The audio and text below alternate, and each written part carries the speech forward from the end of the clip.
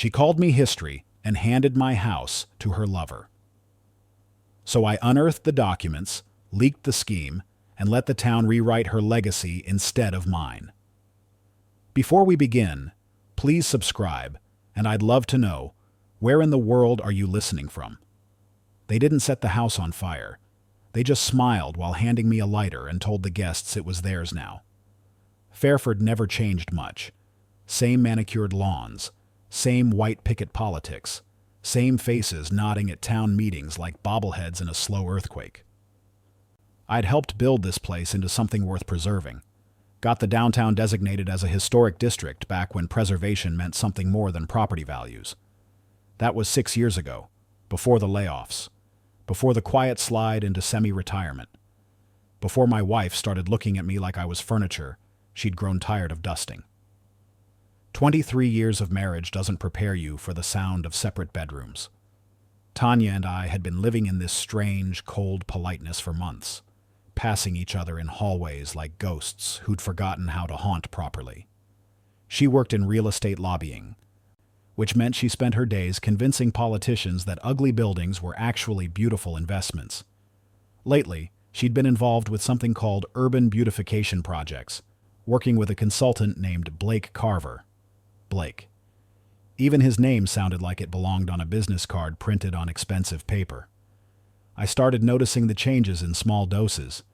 Tanya bought younger clothes, tighter jeans, brighter colors that made her 48-year-old skin glow in ways I hadn't seen since our honeymoon. She drank more wine at dinner, laughed louder at things that weren't funny, and flinched whenever I walked into a room she was already occupying. Like I was trespassing in my own house. The fundraiser was her idea. "We need to host something for the Midland Urban Collective," she announced over breakfast, not looking up from her phone. "Community development awareness. It'll be good for networking." What she meant was, it'll be good theater. The party filled our living room with the usual suspects, former colleagues who'd stopped calling, zoning officials who remembered when my word meant something, neighbors who knew my history but pretended they didn't. Tanya floated through the crowd in a tight red dress that cost more than my monthly grocery budget, her smile performative and bright as stage lights. And there was Blake, 41 years old, all charm and buzzwords, working the room like he was running for mayor. He had this way of talking that made everything sound important. Resilient infrastructure and green zoning pipelines rolled off his tongue like poetry. The kind of man who wore expensive watches and shook hands like he was closing deals. I sat in my usual chair, bourbon warming in my palm, watching him touch my wife's arm while explaining something about sustainable development. Watching her laugh at his jokes. Watching the guests nod along like he was some kind of urban planning messiah. That's when Tanya raised her glass. The room fell quiet with that expectant hush you get right before someone says something they can't take back. Her voice carried just enough wine slur to feel dangerous. "Everyone, I want you to meet Blake. He's not just my colleague anymore." She gripped his arm like a trophy. "He's the man of this house now." The silence that followed was surgical, sharp and clean and deep enough to bury bodies in. Then came the polite chuckles, the forced smiles, the awkward shuffle of people trying to pretend they hadn't just witnessed a public execution. I stayed in my chair, locked eyes with the zoning commissioner, whose face went pale as old newspaper. Tanya didn't even glance in my direction. She was too busy claiming her victory, sliding closer to Blake like she just planted a flag in conquered territory. Blake, to his credit, tried to smooth it over. "Glad to be here," he said, and put his hand on Tanya's hip like he was signing a deed. I stood up, walked calmly across the room, extended my hand to Blake with the kind of smile you give to people right before you bury them. "Blake, is it? Welcome." He shook my hand, unaware he'd just stepped onto a frozen lake in April. His grip was firm, confident, the grip of a man who thought he'd already won. "Thanks, Greg. Beautiful home you have here." "Our home," I said, just loud enough for the room to hear. Then I gave him the faintest smirk, not of defeat, but of calculation. The guests murmured awkwardly. The tension didn't break so much as get pushed under expensive rugs. I returned to my chair while Tanya and Blake laughed louder, desperately trying to reset the mood their little performance had poisoned. Later, after the guests had fled and the dishes sat unwashed in the sink, I found myself staring out the living room window. The bourbon sat untouched on the side table, amber and still as a shallow grave. That's when I started noticing the smaller betrayals. Blake's shoes in the hallway arranged neat as a hotel. A different cologne lingering in the bathroom, something that smelled like money and bad decisions. Tanya's jewelry moved from our old bedroom dresser to the guest suite upstairs. Upstairs, behind a door that used to be mine, Tanya laughed at something Blake said. The sound hit harder than her toast. It was casual, comfortable, like she'd finished mourning our marriage and moved on to celebrating its death. I didn't rage, didn't argue, didn't slam doors or throw dishes or do any of the things wounded husbands do in movies. Instead, I walked past the framed picture of our 20th anniversary trip to Vermont, paused, left it hanging exactly where it was. In my study, I opened the bottom drawer of my father's old desk and pulled out a leather notebook with creased corners and water stains that looked like maps of forgotten countries. Last time I touched it was 6 years ago, right before Dad died, and left me his advice about dealing with people who think they can rewrite your life. The first page, in his careful handwriting, "Use this when they try to take what you built." I laid the notebook flat on the desk, poured black coffee into the same mug Tanya had bought me 5 Christmases ago, back when she still remembered what I liked. And I began to write. In the morning, I didn't pack a bag. I didn't slam a door. I just walked out with my notebook and a clean shirt. And I knew, if they were going to try to rewrite my life, I'd be the one holding the pen. They didn't hear me leave. That's always how real storms start. Not with thunder, but with silence so heavy it bends the walls. Pre-dawn air cut through my jacket as I slipped out the back door, leather notebook tucked under my arm like contraband. I left the faintest trace of my departure, a lukewarm coffee mug in the sink, one towel missing from the bathroom rack. Upstairs, Tanya slept soundly next to the man who'd claimed my house with a handshake and a hip touch. Blake's snores drifted through the walls, deep, satisfied, the sound of someone sleeping in a bed he thought he'd earned. I drove my pickup into town with the windows down, letting October's bite sting my face awake. The streets were empty except for newspaper delivery trucks and the kind of people who start their day before the sun remembers to show up. Fairford looked different in the pre-dawn gray, smaller, more honest, like a stage set between performances. The records office smelled like burnt toner and 40 years of mildew when I walked in just after opening. Paula McKinney looked up from the front desk with the kind of puzzled smile you give to people who show up where they don't belong anymore. "Greg, haven't seen you in ages." She set down her coffee mug, the one with a cartoon cat that said, "I hate mornings." "What brings you by so early?" "Need to look at some zoning archives, parcel histories, nonprofit filings, acquisition permits from 2018 through 2024. Paula's smile flickered like a light bulb with loose wiring. "Oh, those are in the basement now." She said it like a warning, the way people mention cancer or divorce. The basement felt like a tomb for dead paperwork. Rusted file cabinets lined concrete walls, each one stuffed with the bureaucratic corpses of Fairford's administrative history. I found what I was looking for in Cabinet 7. Section C, zoning amendments filed in the past 6 months. Parcel 117B had been reassigned 3 months ago to something called Civic Roots Initiative. The signature line showed B. Carver as both petitioner and compliance officer. No co-signers, no audit stamp, no public hearing notice. This violated 3 different layers of preservation protocol, including Section 4 of the ordinance I'd written myself back when my signature meant something.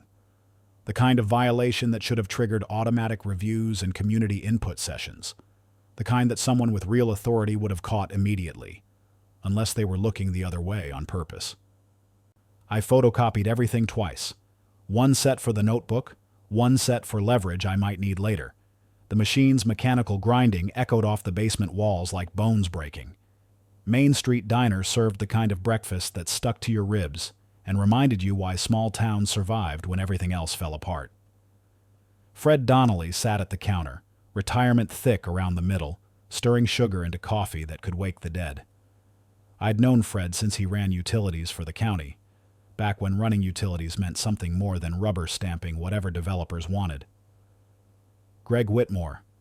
Well, I'll be damned. Fred's handshake still carried the strength of 30 years wrestling with water mains. Heard you've been keeping a low profile lately. Something like that. I slid onto the stool next to him, ordered eggs over easy and black coffee. How's retirement treating you? Can't complain, though I gotta say, some of these new consultants coming through make me glad I got out when I did.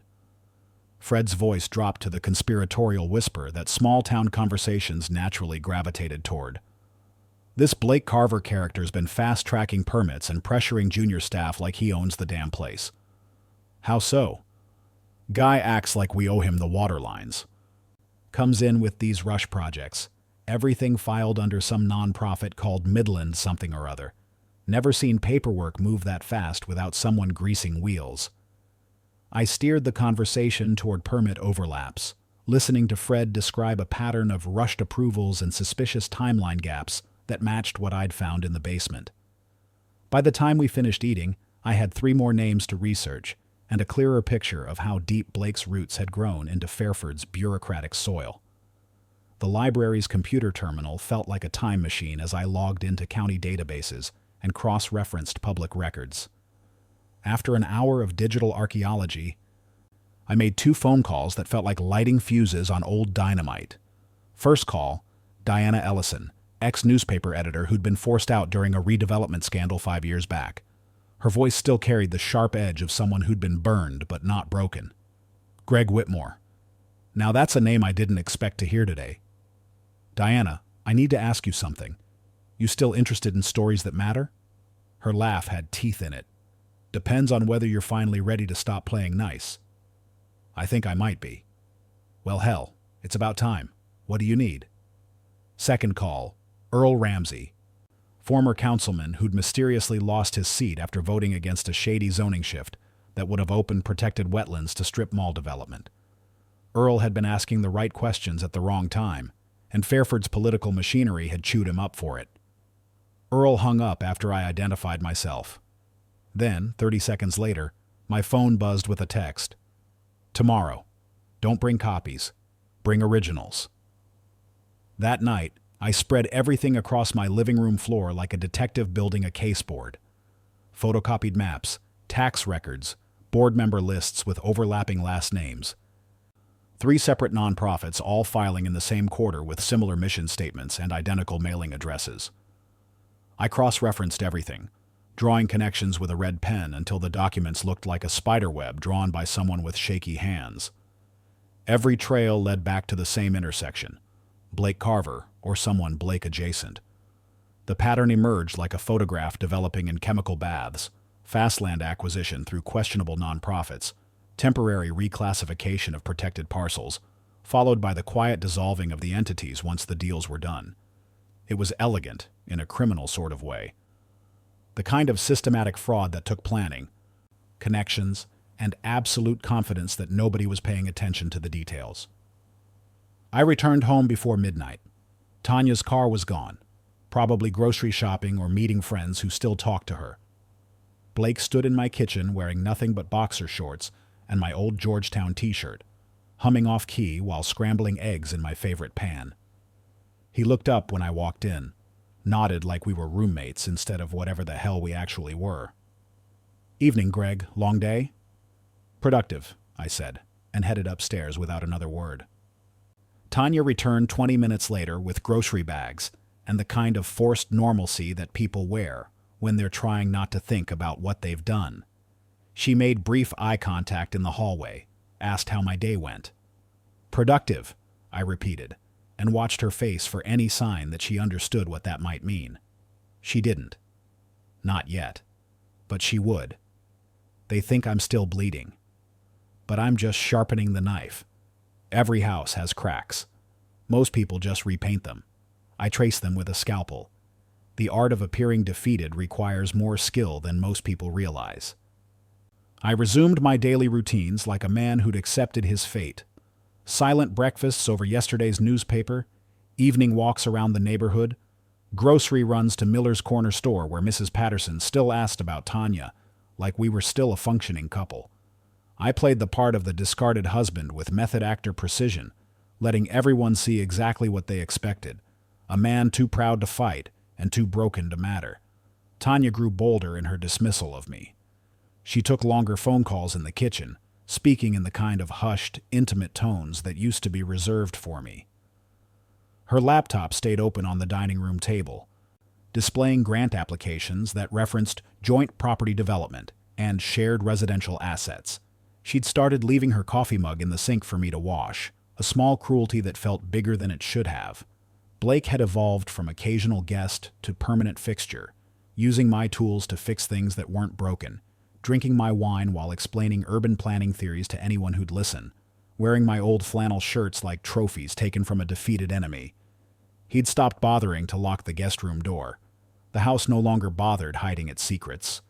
I noted everything in my father's notebook, each detail recorded with the precision of a coroner documenting cause of death. 3 weeks into my performance of passive acceptance, Tanya made her next move. She filed a formal request with the county clerk to amend our property deed, converting the title from Gregory and Tanya Whitmore, joint tenancy, to Tanya Whitmore and Blake Carver, joint tenancy with rights of survivorship. She assumed I wouldn't notice, or that I'd be too prideful to fight something so transparently vindictive. What she didn't know was that Janice Barlow, the permit desk clerk, had been one of my first hires back when the county was modernizing its filing systems. Janice had learned everything she knew about municipal paperwork from me, and she still remembered who'd taught her the difference between proper procedure and bureaucratic corner cutting. I visited Janice during her lunch break, found her eating a sandwich in the courthouse parking lot while reading a romance novel with a shirtless cowboy on the cover. "Greg, what brings you by?"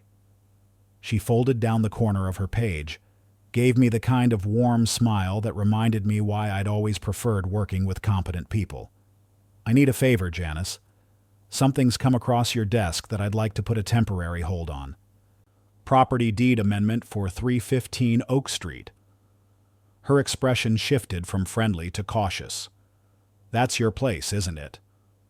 "It is, and I'd like to file a temporary hold under Section 12 of the Historical Preservation Waiver Review process." Janice knew Section 12 as well as I did, a bureaucratic speed bump designed to prevent hasty changes to properties within the historic district. It required a 30-day review period and community input before any ownership transfers could be finalized. "I can mark it with a clerk oversight requirement," she said carefully. "Small thing, but it'll stop the process until the review's complete. That's all I need." 2 days later, Tanya discovered the delay notice in our mailbox and stormed into the living room like a hurricane making landfall. She waved the letter like evidence of my treachery, her face flushed with the kind of righteous anger that people feel when their dirty plans hit unexpected obstacles. "You interfered with my paperwork. This is harassment, Greg." I set down my coffee with deliberate calm, looked up from the newspaper I'd been pretending to read. "Your paperwork? Interesting way to describe selling our home to your boyfriend." "It's not your home anymore." "You know that as well as I do." "Our home," I corrected, emphasizing the pronoun like a teacher correcting a slow student. "Or do you even remember what that word means?" Tanya's accusations came in rapid fire. I was being petty, clinging to something that was already dead, standing in the way of her happiness like some pathetic, scorned husband. Blake appeared in the doorway during her tirade, wearing my Georgetown t-shirt again, watching the show with the detached interest of someone observing a domestic dispute on television. My reply cut through her words like a blade through silk. "Make sure you know who you're signing things for, Tanya." For the first time in months, she didn't have a comeback. Something in my tone made her falter, like she'd glimpsed the edge of a cliff she hadn't noticed while running toward it.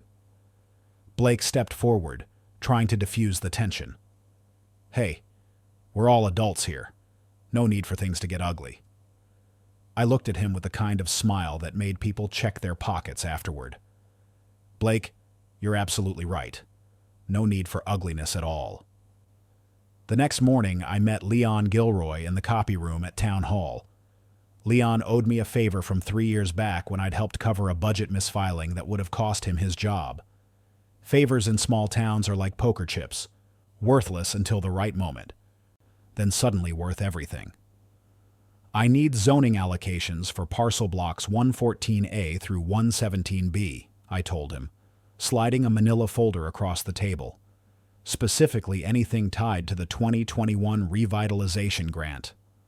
Leon opened the folder, saw the forged authorization form with Blake's signature that I'd carefully doctored from the original documents. His face went pale as cheap paper. "This shouldn't have passed review," he whispered. Yet it did. We descended into the utility archive room, a concrete bunker beneath the courthouse where they stored the paperwork nobody wanted to look at but couldn't legally throw away.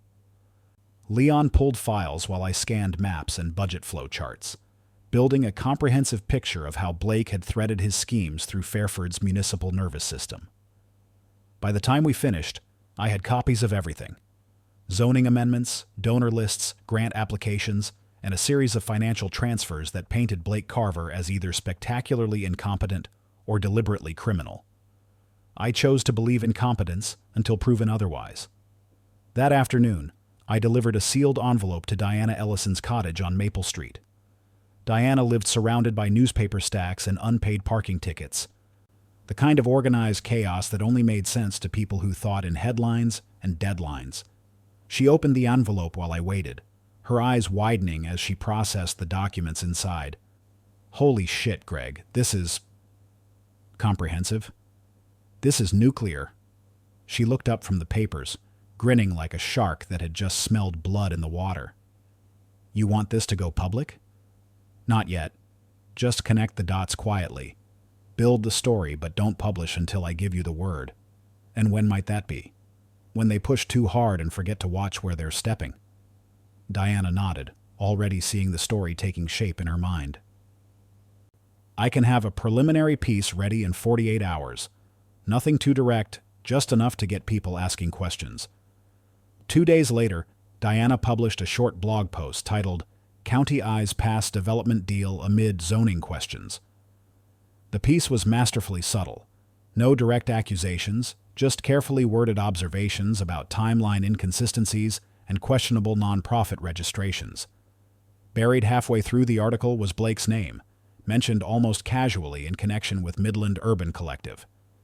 The attached photograph showed Blake and Tanya at our fundraiser, glasses raised in celebration, with me blurred in the background like a ghost at my own funeral. The caption read, "He's the man of the house now." Tanya found the blog while browsing on her tablet that evening. I watched from the hallway as she read it, her finger hovering over the screen as she scrolled through the comments. At first, she waved it off as clickbait nonsense, but she kept returning to the photograph, staring at her own face like she was looking at a stranger. She didn't mention the blog to Blake. She didn't mention it to me either, but she read it twice.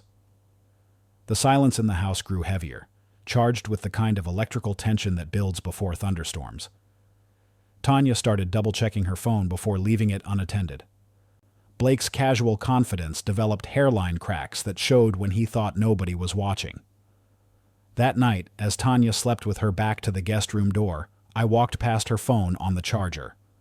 The blog post was still open in her browser, the photo of her triumphant moment staring back like an accusation. And for the first time since she'd raised that glass at our party, she didn't look so sure of herself. The foundation was starting to shift. Soon, the walls would follow. When you push someone off their throne, make sure you don't leave the stairs behind. That's where I've been, climbing back up in the dark. Diana's second post went live at exactly 6 a.m. on a Tuesday. Time to catch the morning coffee crowd when their defenses were down and their curiosity was up. The headline read, "Who is Blake Carver?" in bold letters that looked like an accusation dressed up as a question. This piece had teeth.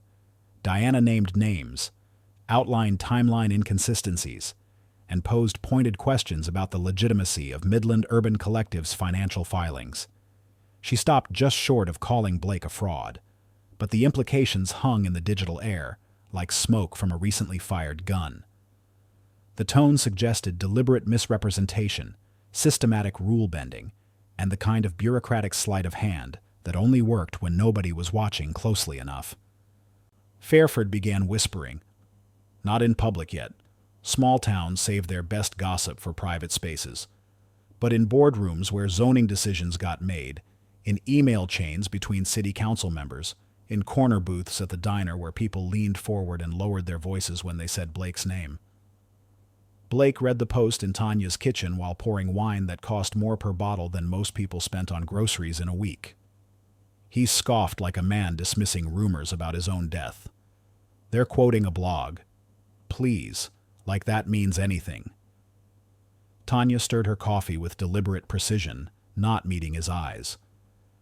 Didn't you say you never worked in Clearwater County? Blake's hand froze halfway to his mouth. I consulted there. That's not the same thing as working. The article says you were on payroll for 18 months. Consulting payroll. Totally different arrangement. Tanya's expression hardened by degrees, like cement setting in cold weather. I watched from the hallway as she processed the distinction that wasn't really a distinction, filing it away with all the other small lies that were starting to add up to something bigger. 2 days later, Tanya found a second phone in Blake's car while unloading groceries. A cheap burner tucked under the passenger seat. The kind of device people bought when they needed conversations that couldn't be traced back to them. The text messages she glimpsed before Blake caught her looking made her blood run cold. 117B needs to be scrubbed clean. Clearwater source keeps calling. Getting dangerous. Ledger might have access to Knowles files. Need contingency. She put the phone back exactly where she'd found it and spent the rest of the afternoon acting normal, laughing at Blake's jokes and agreeing with his dinner suggestions, while her mind raced through implications she didn't want to believe. At dinner that night, Tanya performed sweetness like a method actor preparing for the role of her life.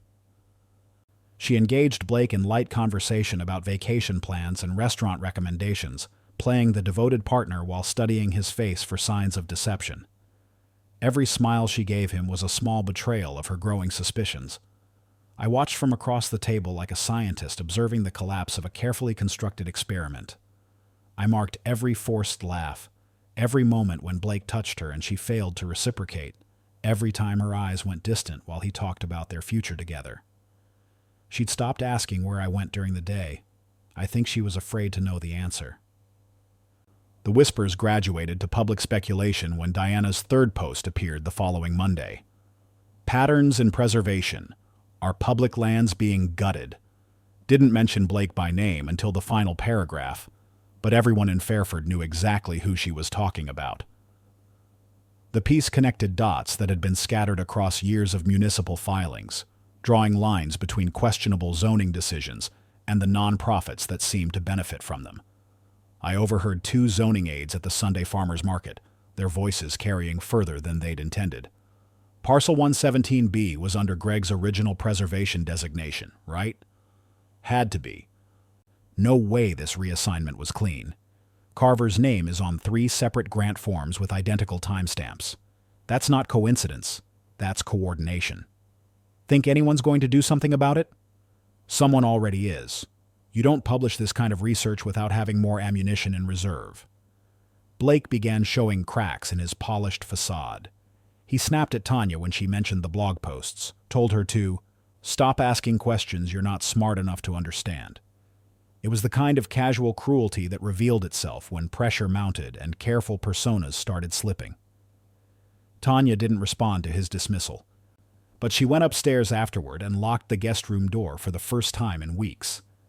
The click of the deadbolt echoed through the house like a gunshot. It was the cleanest sound I'd heard in months. That evening, I drove out to the truck stop on Highway 44 to meet Earl Ramsey in a parking lot that smelled like diesel fuel and broken dreams. Earl leaned against his pickup truck, smoking a cigarette with the deliberate pace of a man who'd learned to savor small pleasures while he could still afford them. I presented the original documents I'd collected, zoning proposals, grant applications, financial transfers, and the smoking gun that connected them all. Blake's 2017 redevelopment proposal that had been lifted word for word from a plan I'd submitted 6 months earlier. Earl studied the papers under the harsh fluorescent security lights, occasionally grunting approval or shaking his head in disgust. When he finished reading, he dropped his cigarette and ground it under his boot heel. "You ready to let it all burn, Greg?" I looked out across the empty parking lot, thinking about Tanya sleeping next to a man who'd stolen my work and tried to steal my life. "No, I'm going to salt the earth." Earl smiled for the first time since I'd known him. "Then, let's give Diana everything she needs to finish this." At 6:03 the next morning, I sat in my kitchen drinking coffee and watching the latest post go live on Diana's blog. No warning, no headline tease, just 5 words in bold letters across the homepage: zoning fraud and hidden grants. The story that followed was comprehensive, devastating, and backed by documentation that would make federal auditors weep with joy. Diana had assembled 18 months of research into a narrative that read like a crime novel, except all the crimes were real, and all the criminals had names and addresses. Blake's photograph appeared 3 times in the article. In the first, he was shaking hands with a city council member at a zoning hearing. In the second, he stood beside a sign announcing a new development project that had never been built. In the third, he sat at our dinner table, wine glass raised in a toast to his own success. The comment section exploded before I finished my second cup of coffee. Local residents shared their own suspicious encounters with Blake and his various nonprofit organizations. Former employees came forward with stories about rushed paperwork and intimidation tactics. A pattern of systematic fraud emerged in real time as people connected their individual experiences to the larger conspiracy Diana had exposed. And just like that, it wasn't whispers anymore. It was war. You don't bury a man like Blake Carver. You just remove the ground beneath him and let gravity handle the rest. The Marion Ledger's expose went nuclear at exactly 6 a.m. on a Thursday morning. The headline dominated the front page in letters that looked carved from stone: "Zoning Fraud and Hidden Grants, the Blake Carver Files." The article opened with surgical precision. Blake Carver, praised as a visionary in urban development circles, built his consulting empire on fraudulent nonprofit filings, systematic land misappropriation, and shell companies designed to circumvent municipal oversight. What followed was 18 pages of documentation that read like a federal indictment waiting to happen. The embedded evidence was damning: zoning amendments signed without proper oversight, tax records showing suspicious overlap in grant funding, receipts from Civic Roots Initiative and Midland Urban Collective bearing Blake's signature in multiple official capacities, and a scanned copy of my original 1992 Zoning Preservation Act, the same document Blake's latest deals had systematically violated. By 7:30 a.m., social media had turned into a digital lynch mob. Facebook groups exploded with comments from people who'd been suspicious of Blake but hadn't known enough to speak up. The Fairford Community Forum gained 300 new members in 2 hours, all eager to share their own Blake Carver horror stories. Tanya found the article during breakfast. I watched from the kitchen doorway as she scrolled through her tablet, coffee mug frozen halfway to her lips. The color drained from her face like water from a broken dam. When she reached the embedded photograph from our fundraiser party, the one where she'd declared Blake the man of the house, she set the tablet down like it was radioactive. The caption beneath the photo read, "A celebration that became a confession." She looked up and found me watching her. For a moment, neither of us spoke. Then she whispered, "Did you know this was coming?" "I knew it was necessary." She nodded slowly, like someone accepting a terminal diagnosis. The fight had gone out of her, replaced by something that looked like shame wearing expensive clothes. Blake's professional destruction unfolded with the efficiency of a controlled demolition. By 8 a.m., his email inbox was overflowing with angry messages from clients, colleagues, and city officials who'd once considered him untouchable. County Councilwoman Sarah Mitchell sent a text that managed to be both brief and devastating. "I warned you about underestimating Greg Whitmore. Never contact me again." By 10 a.m., the State Audit Division had issued a formal notice of investigation. Midland Urban Collective's website went offline without explanation. City Hall issued a statement suspending all funding approvals tied to Blake's various entities, effective immediately. Mayor Carlson convened an emergency session behind closed doors, but the focus wasn't on denying the allegations. It was on damage control and institutional survival. While Blake's career burned, Tanya discovered that her attempt to transfer our property deed had been more than just delayed. It had been legally voided. I'd filed new ownership documentation under my name only, using my historical preservation credentials to establish sole proprietorship of a property within the designated district. She confronted me in our living room, holding the certified documents like evidence of my betrayal. "You did this behind my back. You brought a stranger into my house and tried to give him my name," I replied, settling into my chair with the deliberate calm of a man who'd already won. "I just made sure the paperwork reflected reality. This is vindictive, Greg. Even for you. It's practical. Blake Carver is about to become a very expensive liability. I'm protecting what I built from what you invited in." Tanya broke down then, not the dramatic collapse of someone seeking sympathy, but the quiet disintegration of a person finally understanding the consequences of their choices. Shame, rage, and confusion collided in her expression like cars hitting black ice. I handed her the envelope containing the signed title deed. Her name was gone. Blake's had never made it on. "The house remembers who belongs here," I said. By evening, Blake had vanished. I returned home to find his closet stripped bare, the guest room scrubbed clean of any evidence he'd ever existed. The refrigerator was half empty, random items missing like he'd packed in a panic. The only thing he'd left behind was irony, the same coffee mug I'd abandoned in the sink months ago, sitting exactly where I'd left it, still half full and growing mold. Tanya called Blake's phone repeatedly, but every call went straight to voicemail. He'd disappeared without a resignation letter, without a press statement, without even the courtesy of a goodbye. The man who'd claimed to be taking over my house had fled like a thief in the night. The media storm intensified. Reporters showed up at our doorstep with cameras and questions about fraudulent deeds, nonprofit irregularities, and the alleged misuse of marital assets for illegal business ventures. Tanya slammed the door on the first crew, but they kept coming. Beth Myers, Tanya's closest friend since college, unfriended her on social media without explanation. Her yoga instructor stopped making eye contact at the grocery store. Women who'd once competed for invitations to Tanya's dinner parties now crossed the street to avoid awkward conversations. Tanya had become Fairford's newest pariah overnight. The Marion Ledger's follow-up story appeared 2 days later. Zoning scandal hits national, Blake Carver's legacy in ruins. The piece detailed similar schemes in 3 other counties, painted a picture of systematic fraud spanning multiple states, and included testimony from federal investigators who'd been tracking Blake's activities for months. This time, the photograph beneath our party picture carried a different caption: "A stranger in the house." I sat in my living room chair, notebook closed on the mantel like a mission accomplished, watching Tanya pace the kitchen while checking her phone for messages that weren't coming. The silence between us was no longer heavy with unspoken accusations. It was clean, final, the kind of quiet that comes after storms pass and debris settles.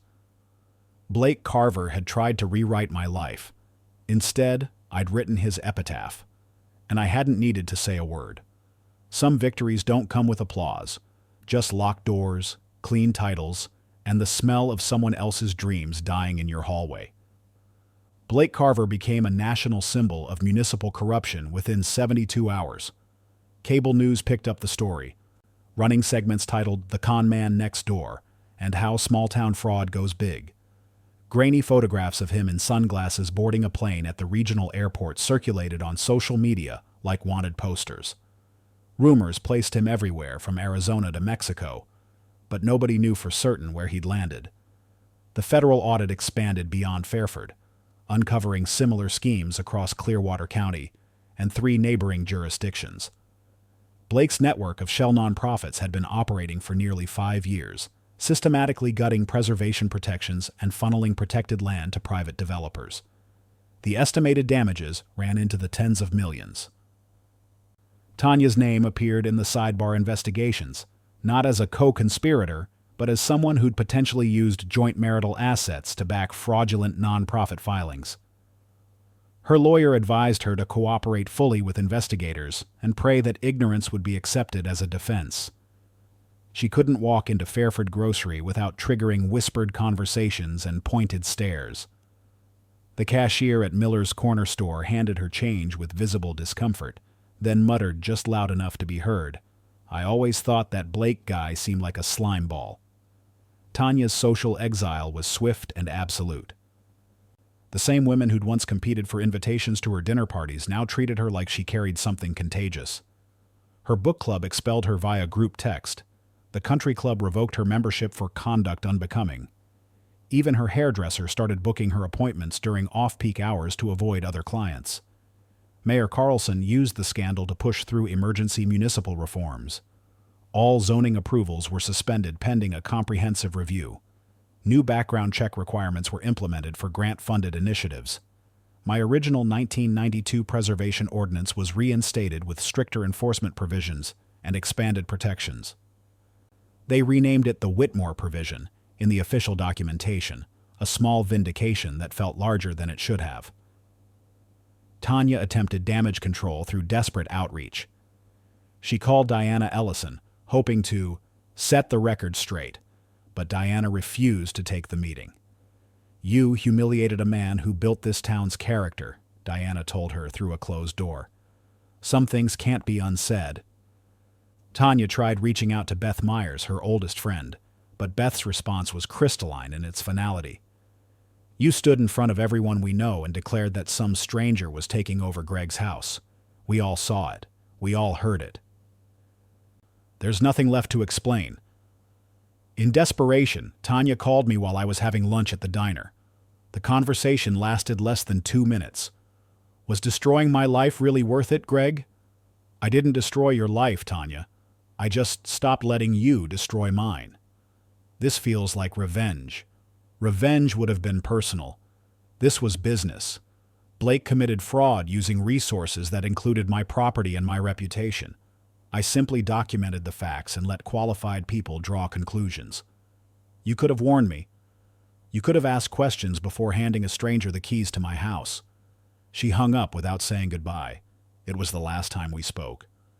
I drove out to my brother Ray's cabin at Miller's Pond the next morning, needing distance from the media attention and space to process what I'd accomplished.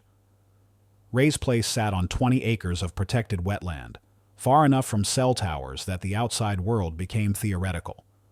Ray and I spent 3 days fishing, drinking coffee, and eating bologna sandwiches while sitting on his dock. We didn't discuss Tanya or Blake or the newspapers that were calling me the man who brought down municipal corruption in rural America. Ray just let me exist in the quiet space between victory and whatever came next. On the third evening, while we watched the sun set over water that looked like molten copper, Ray asked the only question that mattered. "You done now?" I thought about Tanya sitting alone in a house that was no longer hers, checking her phone for calls that wouldn't come. I thought about Blake, wherever he was, probably planning his next identity and his next scheme. I thought about my father's notebook, resting in the desk drawer where it belonged. Yeah, I'm done. The national media attention peaked when the Marion Ledger syndicated its final report to major news networks. The feature story ran with the headline, "The Man They Tried to Erase," and included a photograph of me sitting in my living room chair. Afternoon light streaming through windows that belonged to me again. The article's final paragraph read, "Sometimes the people we overlook are the ones who remember everything." Greg Whitmore spent months being dismissed and discarded, but he never stopped taking notes. In the end, those notes became the foundation for one of the year's most significant municipal fraud prosecutions. Fairford's town council held a ceremony dedicating a bench in the newly reinforced historic district. The brass plaque read, "In honor of those who watched quietly and acted wisely." I didn't attend the dedication, but I drove past it later and saw flowers left by people whose names I'd probably never know. Tanya's isolation became complete as her remaining friendships dissolved under the weight of her association with Blake. She sold her jewelry to cover legal fees, canceled plans to relocate to Austin, and retreated into a solitude that mirrored the one she'd forced on me months earlier. Her final voicemail arrived on a Tuesday evening while I was reading in my study. I let it go to voicemail without checking the caller ID. "I never thought you had it in you, Greg. I thought you were just going to fade away and let us have what we wanted. I was wrong about a lot of things, but I was especially wrong about you." I deleted the message without listening to the rest. Some conversations are finished before they begin. I returned home from Ray's cabin to find everything exactly as I'd left it. The porch light worked. The locks were changed. I'd had that done while Blake was still pretending to belong here. The house felt different now, lighter somehow, like it had been holding its breath and could finally exhale. I placed my father's notebook back in the bottom drawer of his desk, next to the fountain pen he'd used to write his advice about dealing with people who try to rewrite your story. The notebook's pages were full now. Evidence collected, plans executed, justice delivered with the precision of a well-calibrated instrument. I dusted the mantel, opened the living room windows, and let October air flow through rooms that remembered my name again. The silence wasn't heavy anymore. It was earned. It was peaceful. It was mine. I sat in my chair, the same chair where I'd watched Blake claim territory that was never his to take, and poured bourbon from the bottle Tanya had bought me for Christmas 3 years ago. I didn't toast my victory or gloat over my enemy's defeat. I just breathed in the quiet satisfaction of a man who'd reclaimed what belonged to him using nothing more than patience, documentation, and the kind of methodical persistence that people mistake for weakness until it destroys them. They thought I was finished. They thought I'd fade into irrelevance and let them rewrite the story of my life. They thought wrong, but I was never gone. I was just waiting until the house remembered my name.